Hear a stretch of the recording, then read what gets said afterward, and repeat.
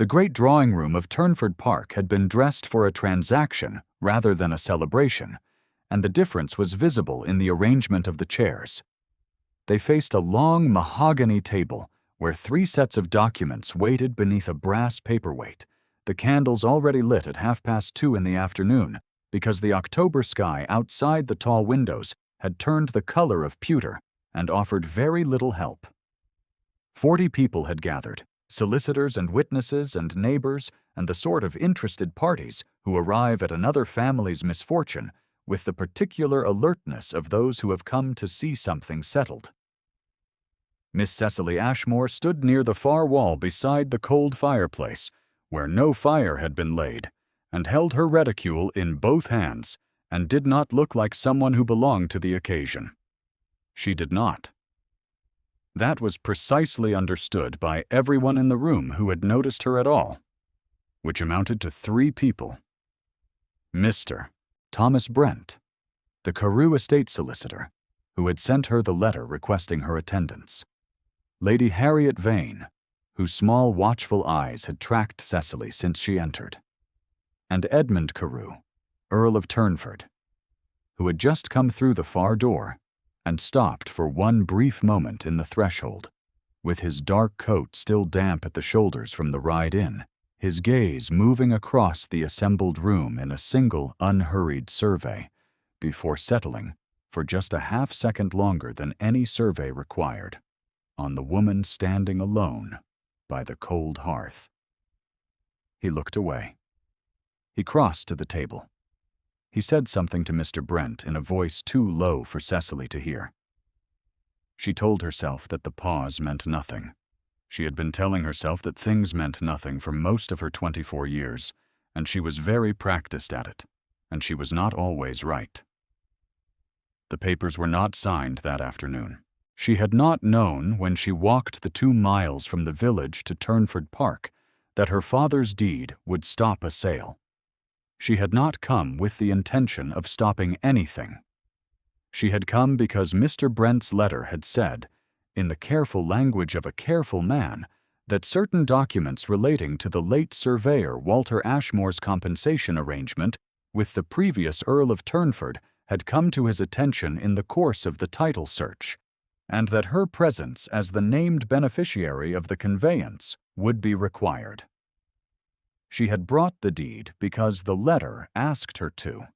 She brought it folded inside her reticule, in the same oilcloth sleeve in which her father had kept it for 11 years, and when she drew it out in Mr. Brent's office that morning and laid it flat on his desk, Mr. Brent had looked at it for a long time without speaking. 6 acres. The dower meadow east of the mill stream, granted in lieu of 3 years' unpaid surveying fees, £142 and 7 shillings of honest work that the old Earl had settled, not in coin, but in land. Properly witnessed. Properly registered at the assizes in the spring of 1814. Walter Ashmore had died in the following autumn and left his daughter the deed and a very small house, and the certainty that what he had earned was hers, as long as she chose to hold it. She had chosen to hold it because it was his. Cecily had been the drawing instructor to the vicar's 3 daughters for 2 years by then, and she drew competently and charged modestly, and was known in the village as Miss Ashmore, who is very quiet and keeps herself to herself. And before that, she had been Walter Ashmore's daughter, who was very clever and kept herself to herself.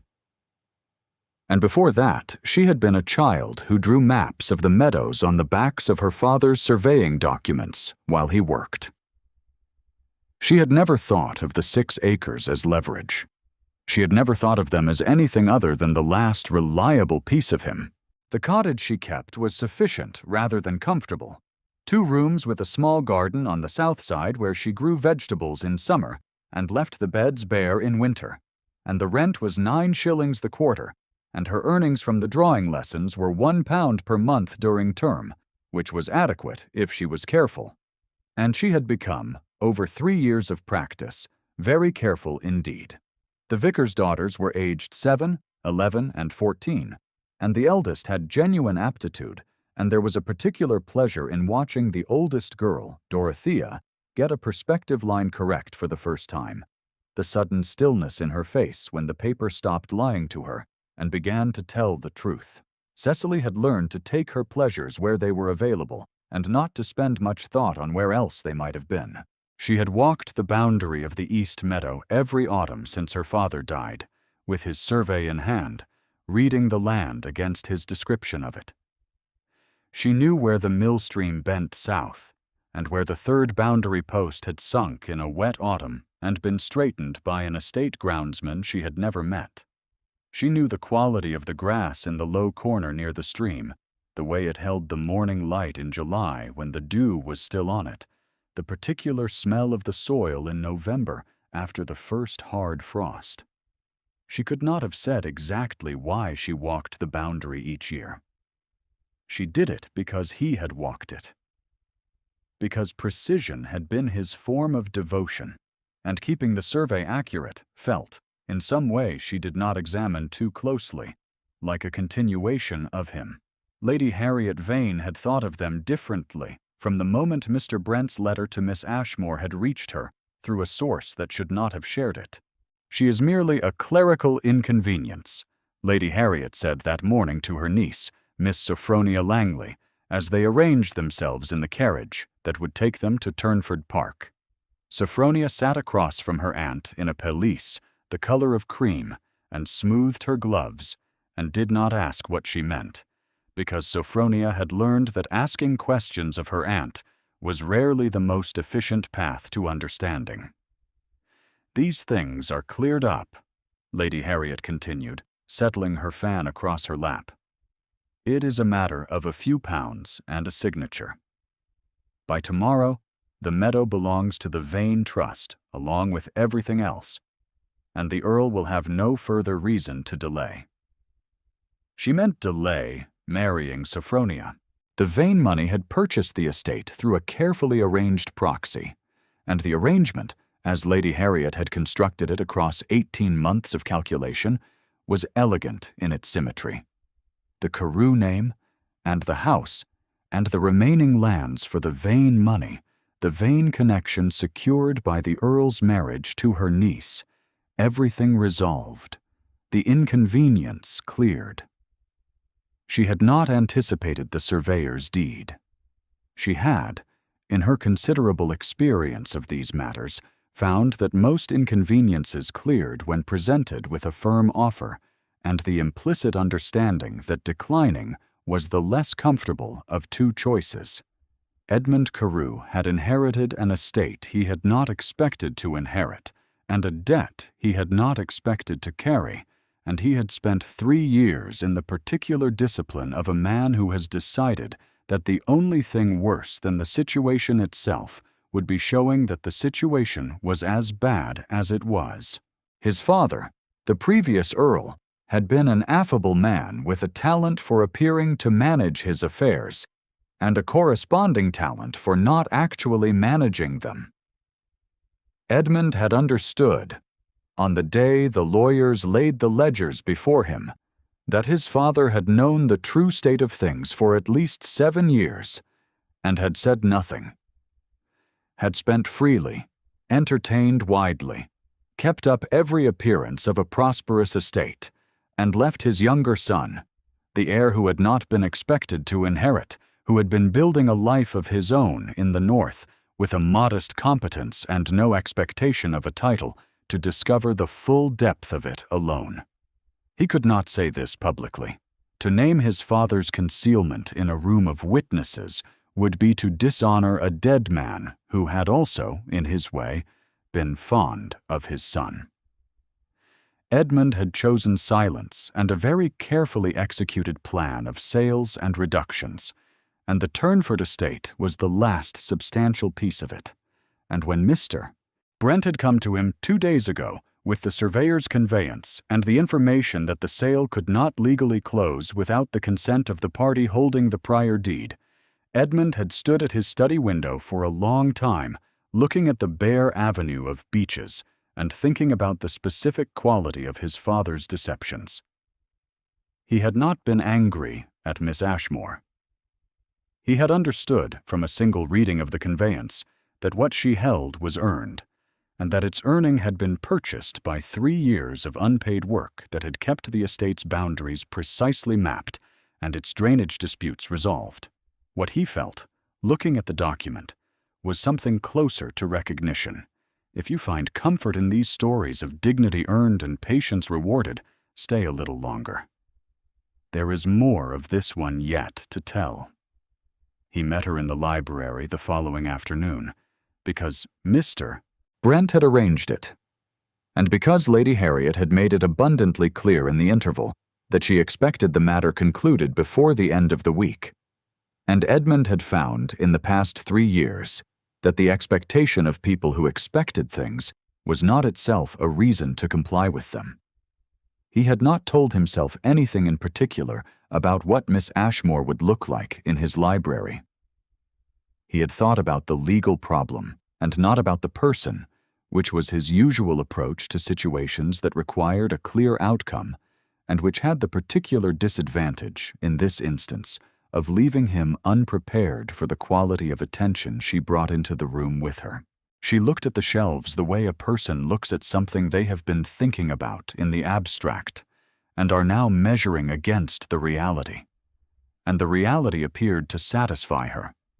And then she looked at him with the same quality of assessment, brief and precise, and straightened her gloves and said his title, and the thing was that she had not come to be managed. He understood this with some surprise, and the surprise itself told him something about what he had expected, and he was not entirely pleased with what it told him. The library was the room in the house he had allowed himself to love. Floor to ceiling in old leather bindings, 2 tall windows facing north, a desk his grandfather had used that was still sound and would outlast him. He had not sold the books. He had told himself it was because they were not separately valued in the asset schedule, and this was true, and it was not the only reason. Miss Ashmore arrived punctually. She came in with her bonnet still on and her reticule held in front of her, and she looked at the room for one unguarded moment, the way a person looks at something they have not expected to see and find, against their better judgment. Very fine indeed. "Miss Ashmore," he said. "My lord," she said. He had told himself before she arrived that this would be a brief conversation.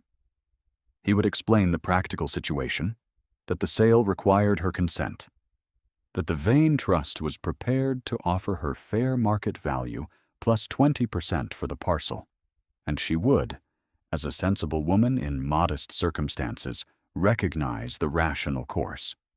He had prepared the offer in those terms because those were the only terms he currently had available to him. She listened to the offer without interrupting.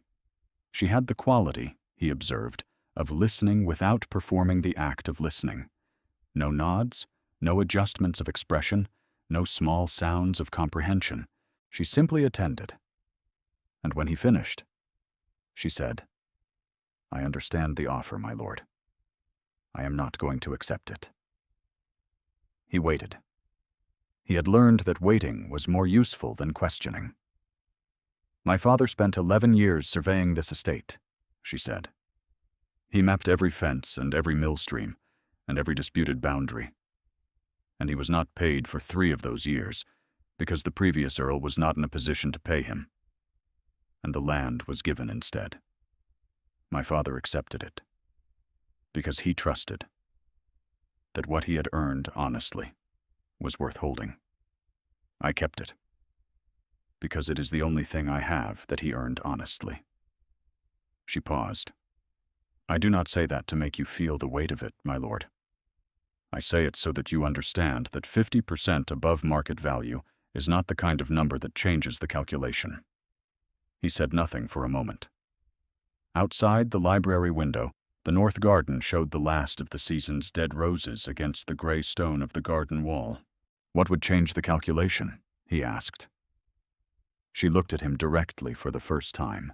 and he understood from the precision of it that she had been carefully not doing so until now. "Nothing that is in your power to offer," she said.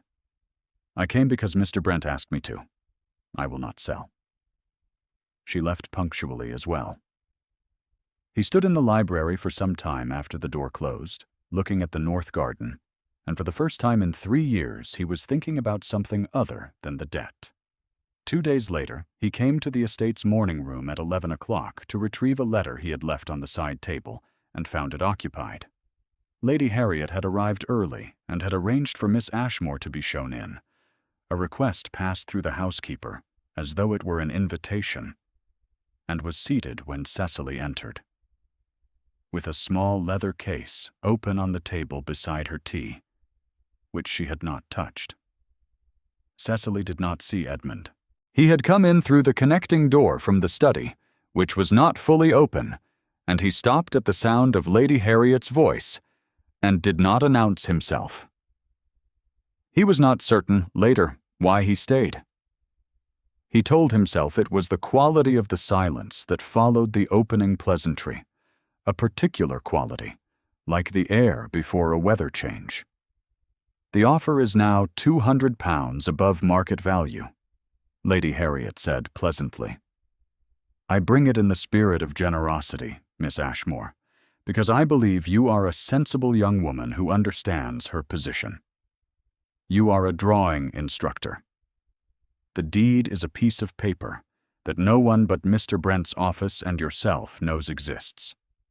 Sell it now, and you have enough to live very comfortably. For several years. Decline, and you will find the business of your father's arrangement inspected rather more closely by people with considerably more resources than your father had." A pause. The clock on the mantel ticked 6 times. "Are you threatening me, Lady Harriet?" Cecily said. Her voice was entirely level. "I am offering you an arrangement that benefits you considerably," Lady Harriet said. "You are suggesting that you will contest the conveyance's validity if I do not sell." A shorter pause. "My father was a registered surveyor of 23 years' standing. The deed was witnessed by 2 justices of the peace and recorded at the district assizes. I do not think you will find much to inspect." Another pause. And in this one, something shifted in Cecily's voice. Not heat, but a kind of honest plainness that had stopped managing itself. "Lady Harriet, my father worked in this estate's service for 11 years, and he was not paid for 3 of them. And this land was given to him in place of money that was owed. I will not sell it. Not for 200 above market value, and not for any other figure. It is not about the money." "Then what is it about?" Lady Harriet asked, and her voice had sharpened. "It is about the fact that he earned it," Cecily said. "That is the entire answer." In the study doorway, Edmund did not move. He was looking at the back of Miss Ashmore's bonnet and thinking about the specific quality of what he had just heard, which was a woman who had been told that the thing she held was not worth the trouble of holding, and who had declined to agree, not from pride, but from a kind of bone-deep moral precision that he recognized the way you recognize something you have been trying to practice for 3 years and have not yet mastered. Lady Harriet left shortly after. She closed the door with the careful control of a woman who will not demonstrate that she was not victorious. Edmund went back into the study and did not ring for the letter he had come to find. That evening, he told Mr. Brent to inform Sir Walter Price that they would require his opinion on the competing claims, and to arrange the formal hearing at Turnford Park at the earliest possible date. He said nothing else. Mr. Brent, who had been a solicitor for 31 years, and had developed a working familiarity with the specific silence of a man who has made a decision that has nothing to do with the legal question at hand, wrote the letter that night. What Edmund did not know, and could not have known that evening, was that Lady Harriet had already made her next move. The news spread through the county with the efficiency of a thing that people wanted to believe, because it was interesting.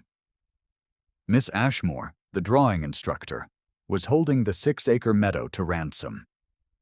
She had refused 3 offers of increasing generosity because she intended to use the deed as a matrimonial lever. She was angling for a proposal from the Earl himself. She had contrived the whole situation by design. A woman in her position, refusing £200 above market value. What other explanation could there be? The story had a pleasing shape, and it circulated in the shape of a story that pleases rather than the shape of the truth, which was considerably less dramatic, and therefore considerably less interesting to people who were not Cecily Ashmore. She heard it in the lending library and at the market, and through the wall of the vicar's study, where she arrived for the morning lesson, and heard the vicar's wife in conversation with a caller about the situation at Turnford Park and the singular behavior of the surveyor's daughter. The caller said that she had always found Miss Ashmore rather reserved, which was perhaps, on reflection, concealment of something more calculating. The vicar's wife said that she would never have thought it.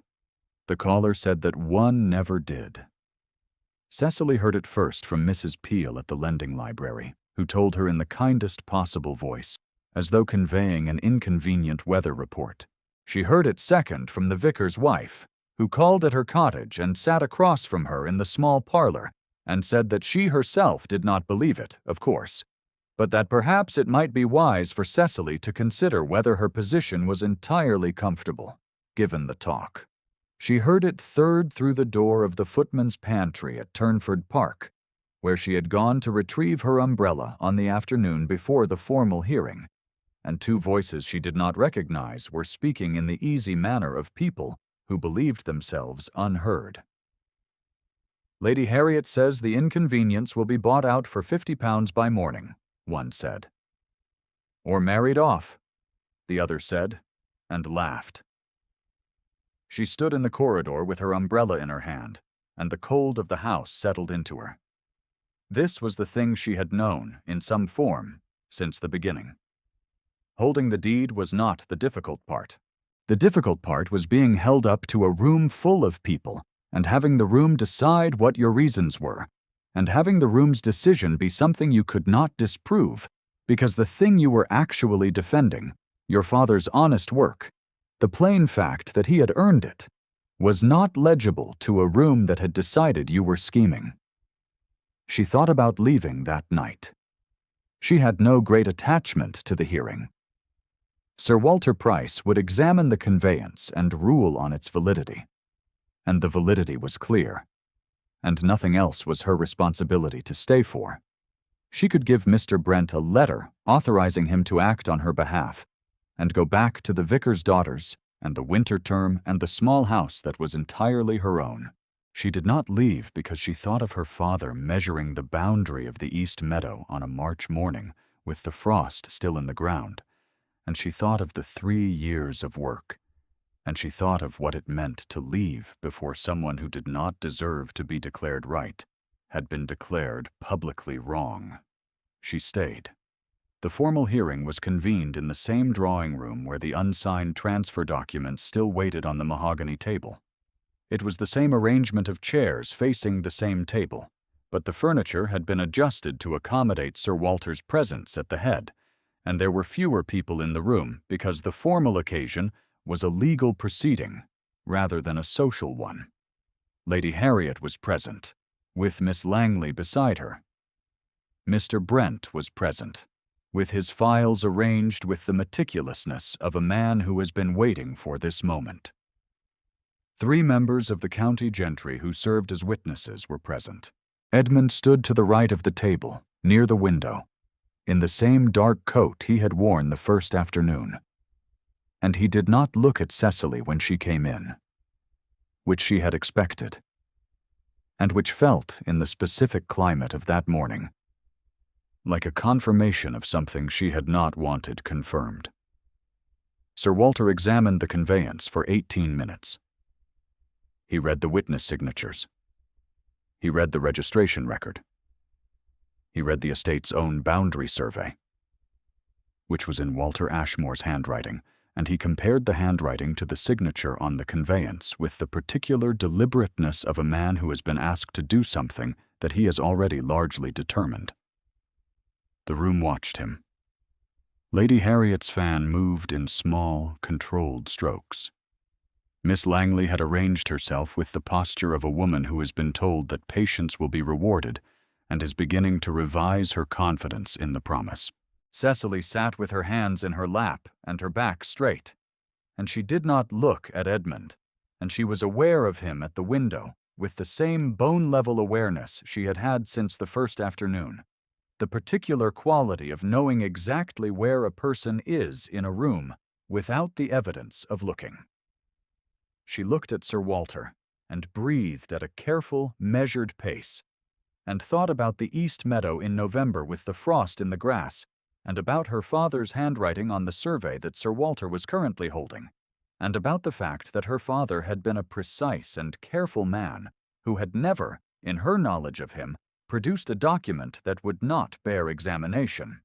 Sir Walter set the papers down. He looked at Mr. Brent and said that the document appeared entirely sound. Lady Harriet said, from her seat, that the document's provenance required further examination, as there were questions about the circumstances of the original transfer. Sir Walter said that the circumstances of the original transfer were clearly documented, and that questions about them required specific grounds, not general assertion. Lady Harriet turned, briefly, to address the county witnesses rather than Sir Walter, and said in the pleasantly carrying voice she used when she wished something to be heard by as many people as possible, that the inconvenience had been considerably overplayed, and that Miss Ashmore was, after all, a drawing instructor with an old deed from a transaction no one now living could verify, and that the assembled company might wish to consider whether the time of the court was being well employed. One of the county witnesses cleared his throat. Another examined his cufflinks with apparent interest. The third looked at Lady Harriet with the expression of a man who has understood, perhaps a moment before he would have preferred to, exactly what kind of person he is looking at. Sir Walter said he did not require the assistance of the assembled company in determining how to employ his time. Lady Harriet said that a drawing instructor arriving at a property transfer with a conveyance deed that had not previously been disclosed seemed to him worthy of further scrutiny. Sir Walter said that the registration date was 1814, which preceded the present Earl's assumption of the title by 22 years, and that the question of disclosure was a matter of record-keeping within the estate's own offices, not of Miss Ashmore's conduct. Lady Harriet said nothing for a moment. Miss Langley looked at her gloves. Sir Walter said that in his professional opinion the conveyance was valid, the land remained the property of Miss Ashmore, and the proposed transfer of the Turnford estate to the Vane Trust could not legally include the 6 acres of the East Meadow without her freely given consent, which consent had not been given. He closed his file with the sound of a man who had seen a great many of these situations and found them, individually, less complicated than the people involved wished to pretend. The room was quiet for a moment. The pewter October light came through the tall windows in long, pale bars and lay across the floor. Edmund moved away from the window. He walked across the room with the particular quality of stillness in motion that Cecily had noticed the first afternoon. Unhurried, deliberate, as though each step was chosen rather than taken. He stopped in front of her, and the room watched him stop. "Miss Ashmore's land remains," he said. His voice was not raised. It carried anyway, in the way of a voice that does not need raising. "And so does Miss Ashmore." He said it to her, not to the room. The room heard it regardless. Lady Harriet's fan, which she had been holding angled at precisely the attitude of a woman who expects to be consulted, lowered by a fraction, and did not recover. "I owe you an apology," Edmund said, still in the same voice, still with the same quality of level directness that she had heard in the library and in the morning room doorway, and now here, in the same room where the paperweight still sat on the unsigned transfer documents. The conveyance was registered, and the debt was owed, and your father's work was real, and this estate's record-keeping was insufficient to honor any of those facts properly. That is a failure that began before I came to the title and compounds nevertheless. I am sorry for it." She looked at him. She had been prepared for a number of things in this room, but she had not been prepared for the particular quality of what it felt like to be apologized to by a man who meant it, in a room full of people, without ornamentation or qualification. "The East Meadow is yours," he said. "It was always yours. If there is anything further required from me to confirm that, Mr. Brent will see to it." "Thank you, my lord," she said. Her voice was careful and entirely steady, and only she knew how much of her attention was occupied with keeping it so. Lady Harriet said something, in the particular tone of a woman reordering her approach in real time, about the remaining arrangements for the estate sale. Sir Walter said he was prepared to proceed with the transfer documentation once the boundary survey was amended to reflect the Ashmore exclusion. Mr. Brent said he would have the amendment drafted within the week.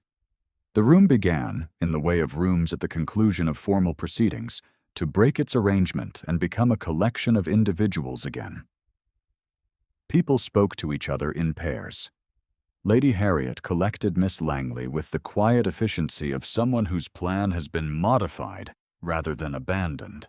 Edmund did not move immediately. He stood near Cecily for a moment in the shifting room, not speaking, and she was very aware of how near he was, and aware of her own pulse in a way that had nothing to do with the legal proceedings, and everything to do with the fact that he was watching her with the same quality of attention he had given the north garden from the library window. The particular attention of a man who has found something he had not expected to find, and is still arriving at what to do about it. "You should have been paid in coin," he said, quietly enough that the general noise of the room covered it. "My father preferred the land," she said. "So do I," he said. And that was all. And she was not certain, as she went to find her coat, what exactly he had meant. The winter came on quickly after that. The beech avenue lost its last leaves in a single overnight wind, and the East Meadow lay silvered and empty at the edge of the estate grounds, the mill stream running low and clear along its northern boundary.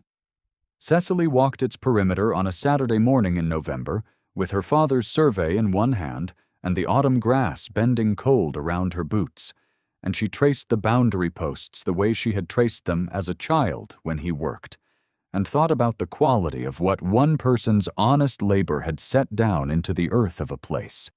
Edmund called on her at the cottage 3 weeks after the hearing.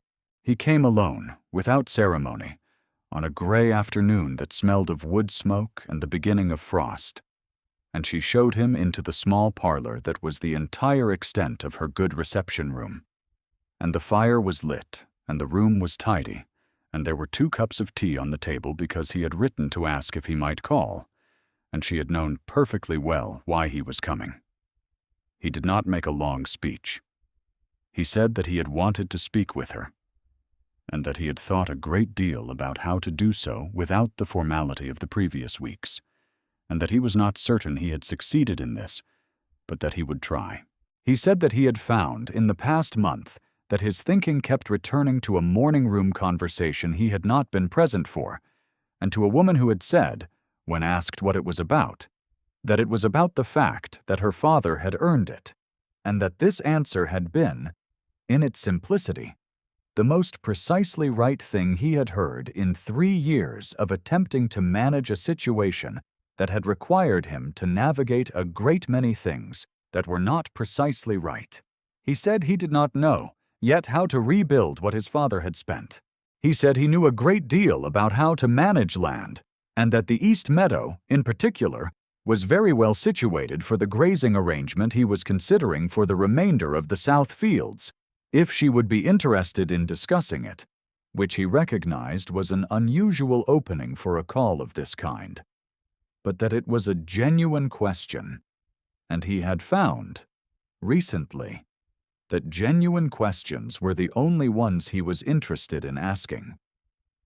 She considered him across the small parlor with its low fire and its 2 cups of tea.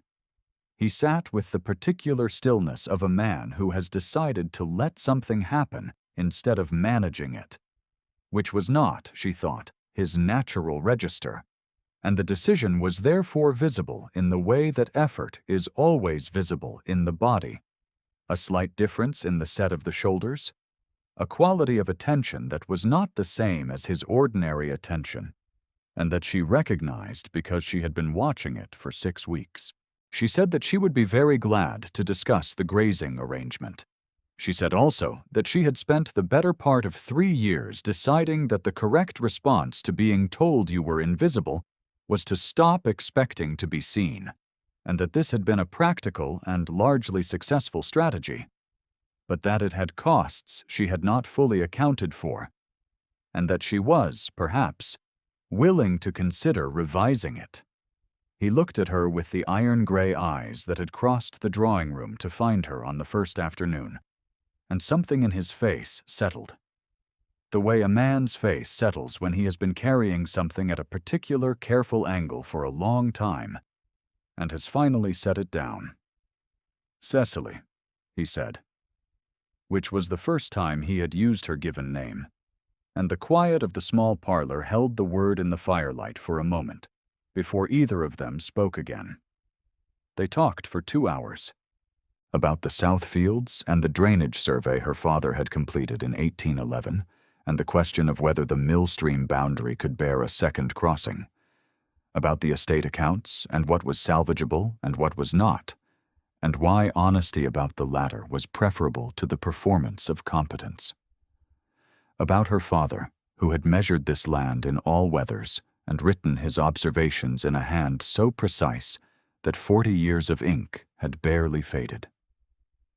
About his brother, who had died of fever in the summer of 1820 and left Edmund in the north with a modest life, and the sudden knowledge that everything he had expected to build for himself would have to be rebuilt in an entirely different place. She asked him, at some point between the second cup of tea and the lowering of the fire, whether he had been angry when he saw the full extent of what his father had concealed. He was quiet for a moment. "I understood it," he said. Which was worse. She considered this. The fire popped softly in the grate. "My father used to say that understanding why a person failed you did not change the fact of the failure," she said. He said it kindly, not as a reproach. He simply thought it was true. He was right, Edmund said, about the specific difficulty of trusting anything that presented itself as solid when you had learned, by the age of 31, that the things you thought were solid had not always been so. She understood this with the particular clarity of a person who has not been exempted from the same lesson, only taught it in a quieter key, and when she said so, keeping her voice careful and her hand still on the arms of the chair, he looked at her in a way that had nothing managed in it, and she felt the warmth of it move through her from somewhere below her sternum, and she looked at the fire and breathed slowly, and did not look back at him for a moment, because the small parlor was already saying more than either of them had said aloud, and she was not yet entirely sure what to do with that. It was dark by the time he stood to go. The fire had burned lower, and she had not lit the second candle, and the room was warm and dim and very quiet. He took his coat from the hook near the door himself, because she had no footman, and as he put it on, she opened her reticule and drew out the folded oilcloth sleeve and the conveyance within it, the way she had drawn it out in Mr. Brent's office 2 months ago, and held it for a moment. My father would have liked to know it mattered to someone. she said. Edmund took the deed from her hand. He looked at it, the folded paper worn soft at the creases. The registration stamp faded to the color of old rust. He did not give it back. "May I keep it?" he said. She looked at him in the low firelight, and the question settled between them with the weight of something that was not only about the deed, and they both understood that. And she said yes. He left, and she stood at the window of the small parlor and watched the lantern of his horse bob away down the lane through the early winter dark.